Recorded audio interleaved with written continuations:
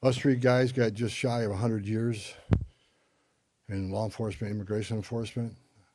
I worked with Ron 30 years ago in Dallas, Texas. He's been with the Border Patrol's entire career.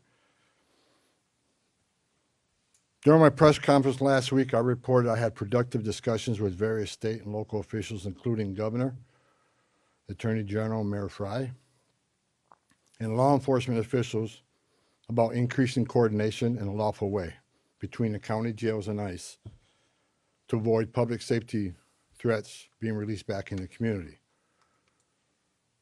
While we had our differences, one thing was clear: we all committed to public safety for all who live in the Twin Cities. We have made significant progress under the direction of President Trump, working with state and local officials here in Minnesota, and I expect that to increase in the coming weeks. We continue to have discussions. I'll have discussions this afternoon. We currently have an unprecedented number of counties communicating with us now and allowing ICE to take custody of illegal aliens before they hit the streets. Unprecedented cooperation. And I'll say it again. This is efficient, requires only 1 or 2 officers to assume custody of a criminal alien target rather than 8 or 10 officers going into the community and arresting that public safety threat. This frees up more officers to arrest or remove criminal aliens. More officers taking custody of criminal aliens directly from the jails means less officers on the street doing criminal operations. This is smart law enforcement, not less law enforcement. It's safer for the community, safer for the officers, and safer for the alien. This coordination also makes it far more safe for the Twin Cities. Arresting a public safety threat in the safety and security of a jail is the safest thing we could do. Further, less public safety risks are being released back into the communities, reduces recidivism, so local law enforcement can direct their limited resources to other public safety matters in their community. This is another priority of President Trump. The state prisons already cooperate with ICE on this coordinated transfer of custody, and we thank them for that partnership, and we plan to do more with them. I also want to reiterate and emphasize we are not requiring jails to hold people past their normal release time for immigration purposes. We're not asking anyone to be an immigration officer. We are not asking any state or local official to do immigration enforcement activity. They are not. By merely notifying us before they release them, they don't hold them 1 minute past they normally would. Given this increase in unprecedented collaboration, and as a result of the need for less law enforcement officers to do this work in a safer environment, I have announced effective immediately we will draw down 700 people effective today. 700 law enforcement personnel. We have also fully integrated CBP personnel into the ICE ERO team structure under one unified chain of command. Not 2 chains of command, there'd be 1 chain of command here. Any large enforcement operation I've ever been involved with, there's 1 chain of command, and that's where we're moving forward. During my press conference last week, I announced that moving forward, ICE will be conducting targeted immigration enforcement operations, like ICE has traditionally done for decades, based on reasonable suspicion to question and detain. ICE will conduct these operations and transnational criminal organization investigations with a focus on national security and public safety. I want to be clear. Just because you prioritize public safety threats don't mean we forget about everybody else. We will continue to enforce the immigration laws in this country. To help execute this, we have developed and implemented a multi-agency surge task force with an operational framework that clarifies lines of effort, integrated enforcement, investigative and special response efforts. A unified joint operations center has been established to manage all operations and ensure efforts align with priorities of the mission.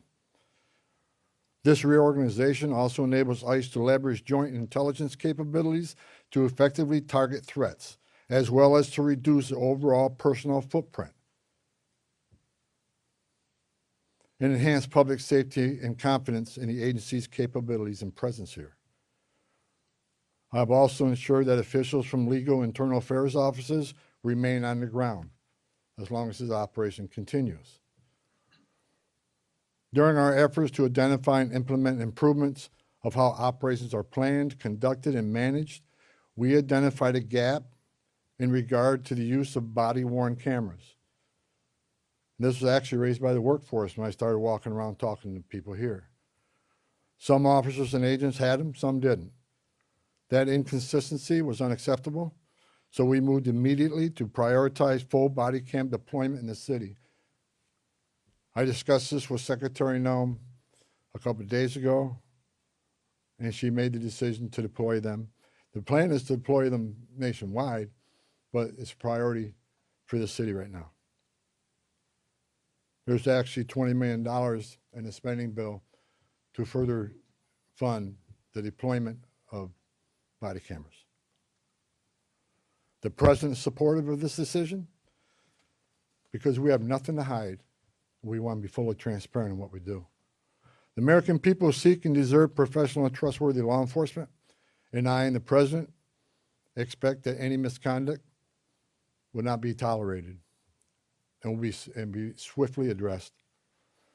The integration, structuring, and resources we have implemented would help ensure accountability and that targeted enforcement operations have a focus on national security threats and public safety threats, and they are conducted effectively, safely, and appropriately.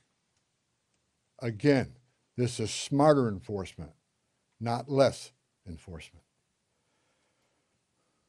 For those who are not a national security threat or public safety risk, you are not exempt from immigration enforcement actions. If you're in the country illegally, you are not off the table.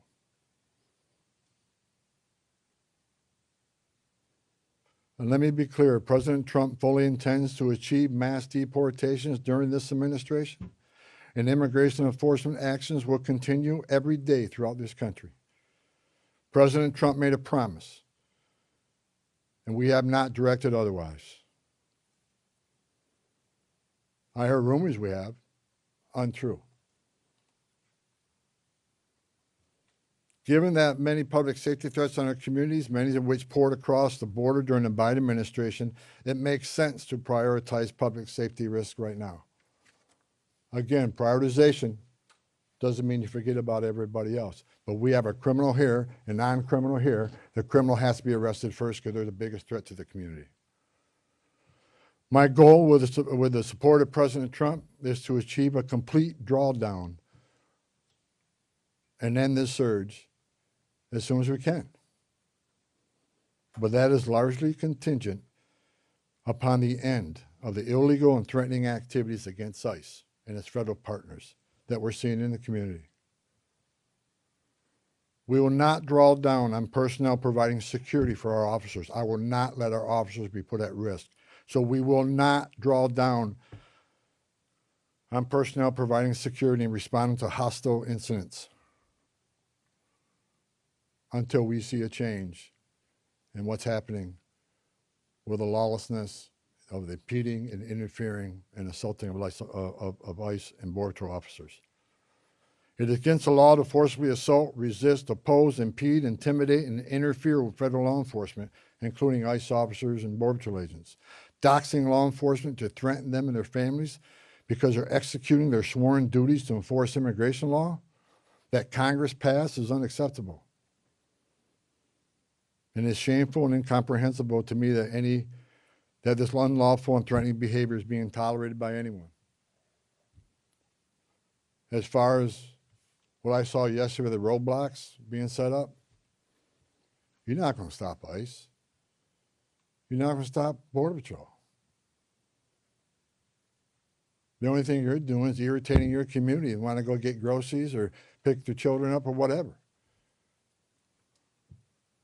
I talked to the chief of police, and he committed to taking swift action on those illegal roadblocks. They're illegal. We shouldn't tolerate them.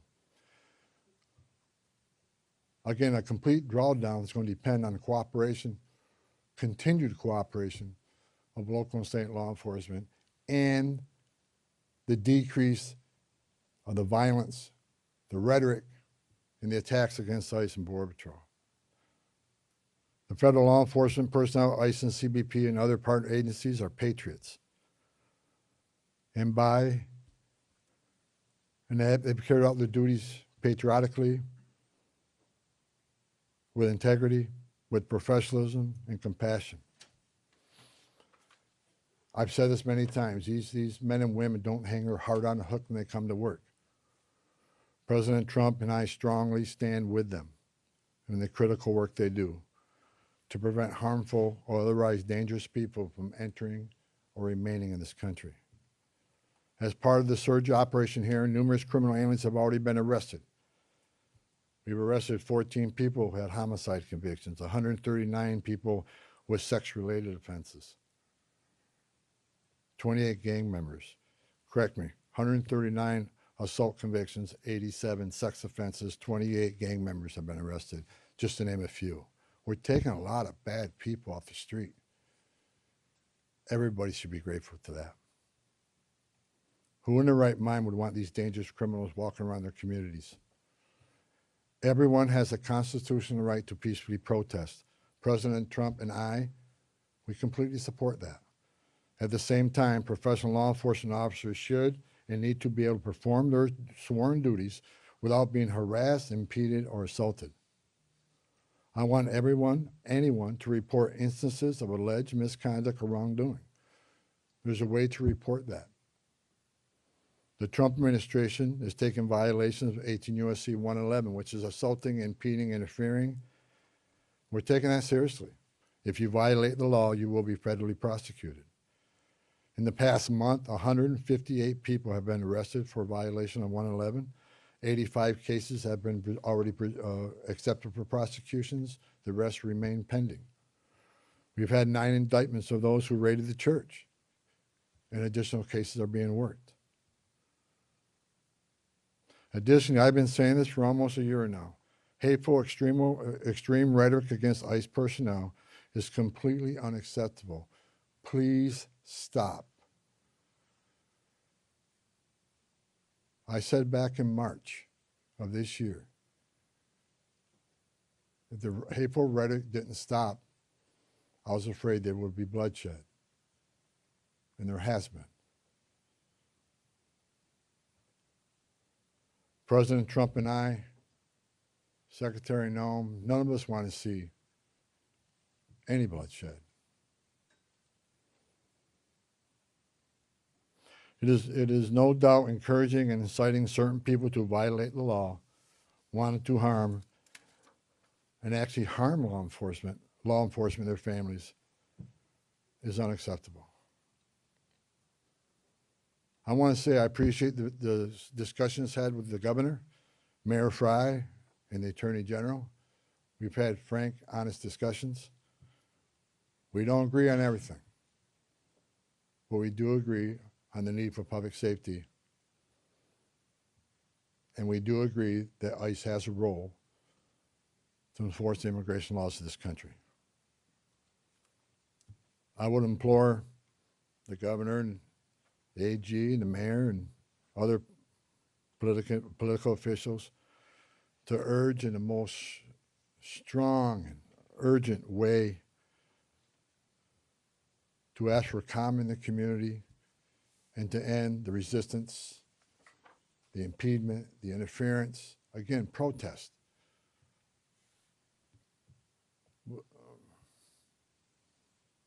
But stop impeding, stop interfering, stop violating the law, because we will arrest you. In closing, President Trump and I would like to thank the men and women of ICE, Border Patrol, and other federal agencies on the ground here for your dedication to the oath you swore to enforce the federal laws and promote public safety through the work you do. That hasn't been easy. I know the sacrifices you made. I know the sacrifices your families make. I know your families worry about you every day. I know you've been away from birthdays and anniversaries and holidays. I appreciate every one of you. I wore that green uniform. I love the United States Border Patrol. I was an ICE agent. I know the job you have. I know the tragedies you've seen. The president is with you.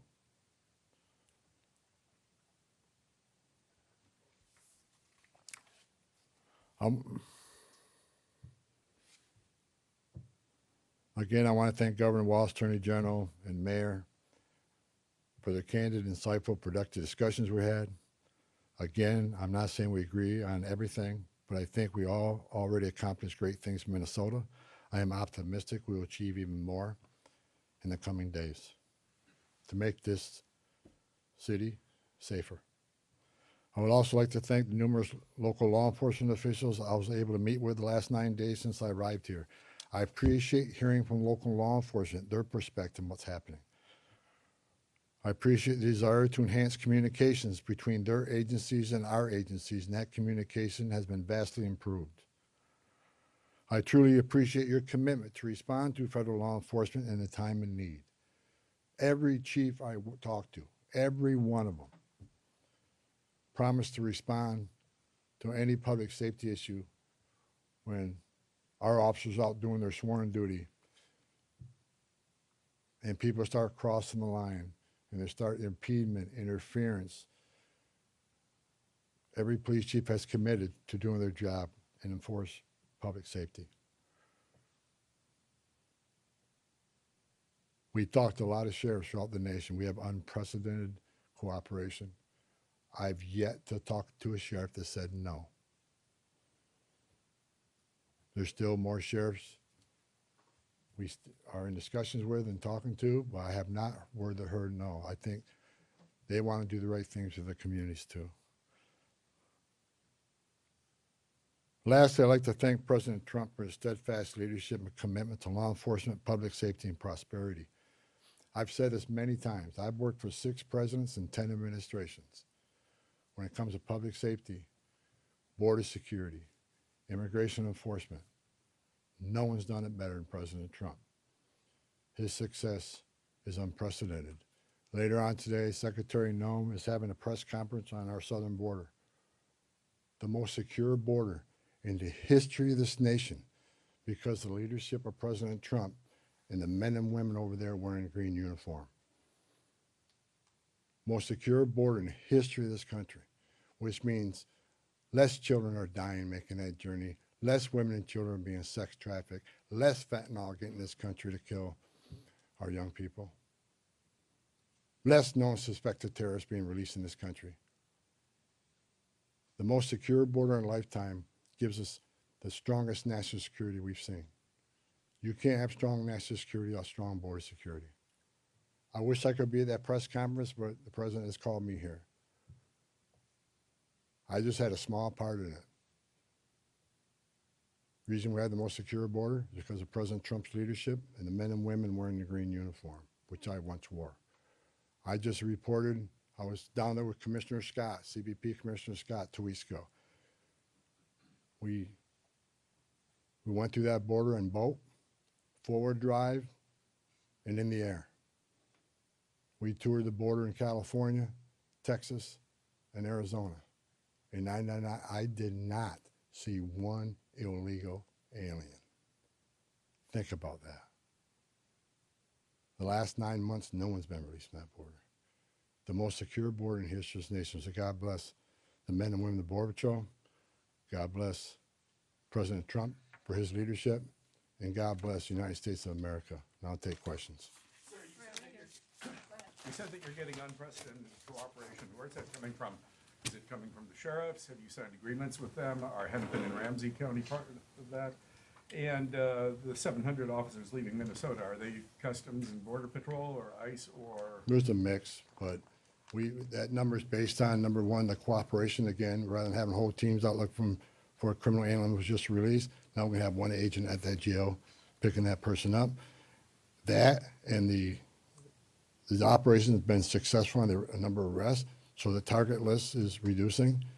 So with the efficiencies of the jails, with the efficiencies of the prison system working with us, and the target list decreasing, we had a whole team looking at what makes sense without risking officer safety and the security teams, and that number is 700. Look, we want to get back to the original footprint, the Minnesota footprint of what ICE officers looked like before this operation, plus the additional hires through the big, beautiful bill.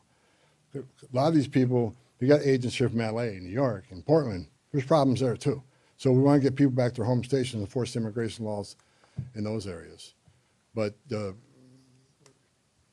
vast majority of sheriffs, there's only a few that we're still in consultation with, but this is unprecedented cooperation. So again, I want to thank, the sheriffs, the governor, and the AG. I think we're in a lot better place than we've ever been in. We never had this kind of cooperation at this level. And I'm not leaving until we get all done.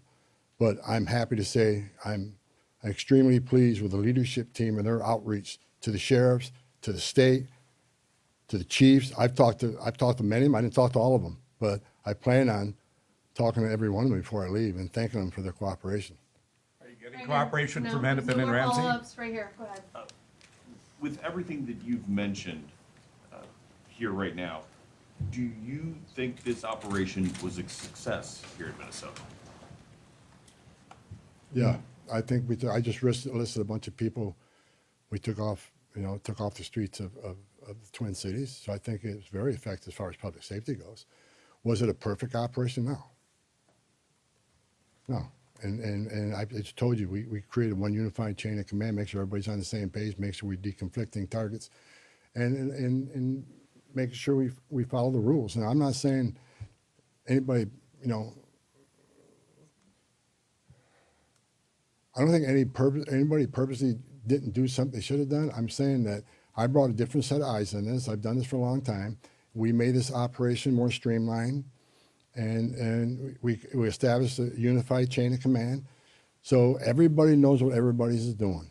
And not that it wasn't current before, but we approved upon that. So in target enforcement operations, we go out there, there needs to be a plan. And I want to make sure everybody has a plan. But I'm not going to sit here and point finger at anybody that they failed. It was a great operation. We took a lot of public safety threats off the street. Right here. Can I ask a quick numerical, just clarification, and then get to my main question, please? So 700 leaving effective immediately. How many will that leave here once that group is out? Right around 2,000. And what is the pre-operation footprint? Well, 150, 150. 150 is normal. Well, we got to remember now we got special agents on detail here doing the fraud investigation. They're not going anywhere. They're going to finish their job. I'm talking about immigration enforcement efforts. Understood. So then my main question, we've talked to people who say they're protesting not the arrests of people with criminal backgrounds, but things like broad ICE patrols, random citizenship checks of people of color, and the detainment but no charges of U.S. citizens. So have you committed or will you commit to officers on the ground here ceasing those actions? What I have made clear, we're doing targeted enforcement operation. When we leave this building, we know who we're looking for, where we're most likely to find them, what their immigration record is, what their criminal record is. But as we continue to be forced in the communities, when we go to arrest that criminal target, if we find an illegal alien there, they're coming. We're not going to turn a blind eye to illegal immigration. That's why this partnership and this coordination is so important. We'd much rather work in the safety and security of jail. Look, I go to bed every night wondering if every one of our officers go home safely. I also am concerned that every person we're looking for is taken into custody safely. The best way to do that is to have a target enforcement operation, a well-planned operation. This way we've done it for decades. So should we expect to see no more of that? Pardon me? Should we expect to see no more of those citizenship checks? I have directed target enforcement operations, and we'll hold our officers to the highest standards. These are professionals. Again, I wish every one of you could put that gun on your hip, put that Kevlar vest on, go out there and put up what they put up with. Considering the hate, the rhetoric, the attacks, I think they performed remarkably, and I'm proud of them. We came here, President Trump sent me here. I didn't ask to come here. President Trump sent me here to help de-escalate what was going on. We're not surrendering our mission. We're not walking away from our mission. We're just making this more effective and more smart. This is smart law enforcement. Smart law enforcement makes it safer. Right. Realistically, how much work is there left to do here? And with this unprecedented cooperation, how long could this take, best case scenario in your eyes, to get the job done? Look, I said it. We want to get out. We want to get back to the normal operational footprint here, but that depends on the people out there putting up illegal roadblocks. That depends on people that want to intimidate and interfere and put hands on ICE officers. Tone down the rhetoric. Stop violating the law and impeding and interfering with us, and the drawdown will be quicker. I still got more discussions to have with some local law enforcement officers looking for their cooperation. The more cooperation we get, the less rhetoric and hate we see, and the less attacks means we can draw down even more quicker. So, you know, a lot of this has to do with assistance from the community. We want to get these men and women home. They got a job to do at home. And I think we come a long ways. I'm actually, yesterday afternoon I was sitting down with my chief of staff, I'm actually amazed at the cooperation and agreements we already talked about and the willingness to work with us. We're doing better than I ever thought we would, seriously. And I'm excited about getting back to the business of enforcing immigration law without without arresting people for 111 for interference and impeding. We just want to do what we've done for 30 years, 40. I've done this 40 years. We want to get back to doing the job, and that's what we plan on doing. And we're not. I want to keep this because I keep hearing it and hearing it and hearing it. We're not surrendering the president's mission on a mass deportation operation. If you're in the country illegally, if we find you, we'll deport you. But this is about target enforcement operation, and that's what we're going to be doing. Last question, go ahead. You've been talking about these filter blockades. People, just regular people, protesters are checking IDs, they're running people's plates, and they're not letting people who they think are ICE agents through.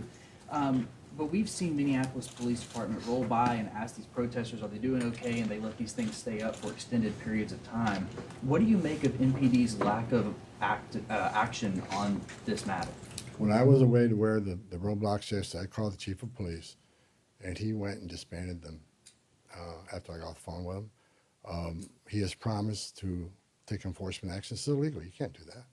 And again, a message to those folks, what are you doing? You really think you're going to stop an ICE and CBP from doing the job? It's a joke. Only people you're hurting is your own community who wants to go and get groceries, pick up the dry cleaning, or go to work, whatever. You're just hindering them. Stop. Stop. All right, I no just more have a questions. quick Go ahead, sir. clarification on the body No camera.